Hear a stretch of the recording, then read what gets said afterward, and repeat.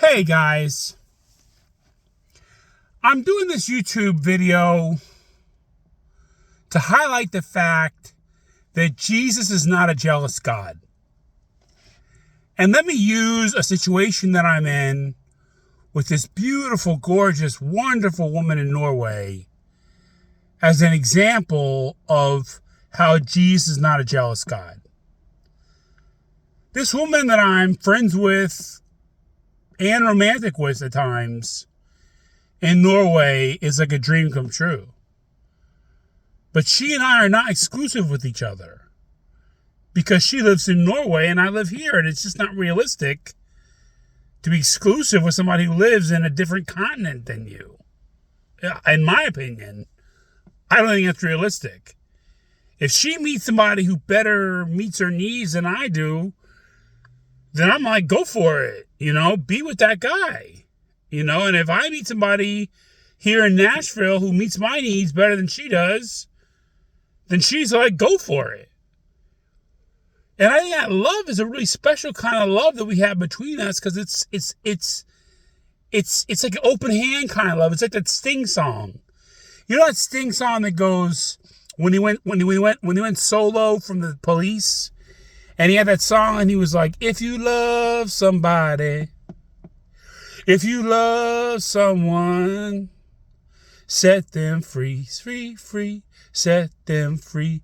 It's kind of like I'm setting this woman from Norway free, and she's setting me free. Now, I'll put a caveat on this.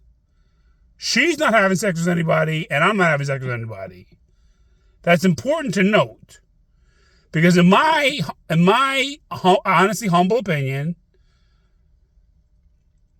sex outside of marriage is not good for anybody.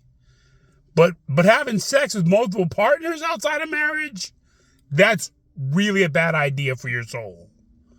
So I'm not having sex with this girl from Norway. I'm not having sex with anybody. So when I say that we have an open relationship, I don't mean that we're open to have sex with multiple people. I mean, we're open to go out on dates with multiple people. We're open to talk to multiple people. We're open to be romantic with multiple people. But we're not having sex with anybody, including each other. And I just want to stress that. Because I really think that sometimes we get in trouble with the sex thing. Sex is when you fuse your soul, not just your body, but you're fusing your soul with somebody else, man. That's kind of dangerous, even on one-on-one. But when you're talking about doing that with multiple partners, that's really dangerous. So I'll get off my soapbox about the sex thing. I'll get off my soapbox. And I'm just saying that the way that me and this Norwegian woman feel about each other is really a lot of love and a lot of freedom. And that's the same way that Jesus wants us to view our relationship as Christian believers with him. He does not want us thinking that if we don't confess him, or if we don't bow down to him, or if we don't like drop down and give him 50, he's going to put us in eternal hell. He doesn't want us thinking that way. Jesus does not want us to fear him. He wants us to love him and choose him. And he wants us to choose him in a way where we're not afraid to hang out with Hindus and learn from Hindus. He wants us to choose him in a way where we're not afraid to hang out with Muslims and learn from Muslims. He wants us to choose him and love him, and we're not afraid to hang out with Jews and learn from Jews. He wants us to choose him and love him in a way where we're not afraid to hang out with Buddhists and learn from Buddhists. And he wants us to hang out with Buddhists and learn from Buddhists and honor the Buddha and revere the Buddha. And at the end of the day, go, the Buddha's awesome. He withstood Mara. He conquered Mara. He taught us to reverence all life. He's an amazing avatar. He's an amazing Bodhisattva. He's an amazing type of Messiah. But at the end of the day, the Buddha, he did whatever he wanted to do and he got bored. And then he chose spirituality. Whereas my Savior, Jesus, He chose to come here and lower himself, and he didn't do anything. He resisted temptation from the very beginning. And he was tempted in all kinds of ways, like horrible ways. So I think at the end of the day, I choose Jesus because that's the man. That's the way I feel with my Savior.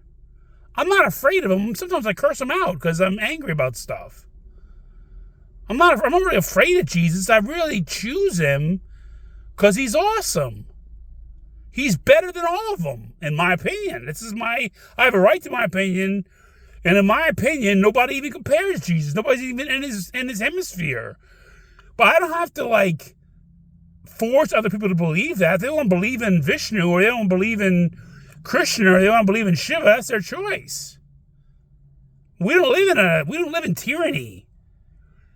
People might be tyrannical, but Jesus Christ is not tyrannical. And I end this YouTube video in the same way that I started it. He's not jealous. Jesus wants an open relationship with us. Just like I have an open relationship with this beautiful woman from Norway. And that's why I mentioned her. That's exactly the kind of relationship that Jesus Christ wants with us. He wants it open. He wants to love us with an open hand. And he wants us to love him with an open hand, where we share him with others. And we don't try and get his attention more than others get his attention. He wants free love, guys. Not free sex. But he wants free love. Think about it. Pray to him tonight. Just ask him. Say, Jesus, that crazy gray Santa Claus looking black guy, was he on point? Do you really just want to open relationship with me? Is it really that simple? Is it cool if I go to the Buddhist temple and hang out and chant for a while? Can I do that, Jesus? Pray to him. Just talk to him. See if what I'm saying is true. I don't want you to take what I'm saying as gospel truth. I ain't got no facts to back up what I'm saying.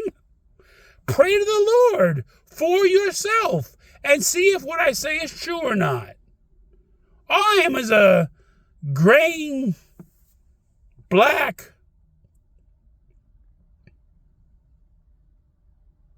very eccentric guy. Who's to say that what I say is true? But you have the ability as a human being to always communicate with God just by talking to God. Her, him, it, however you see God, as long as you see her, him, it as love, you're talking to the real God.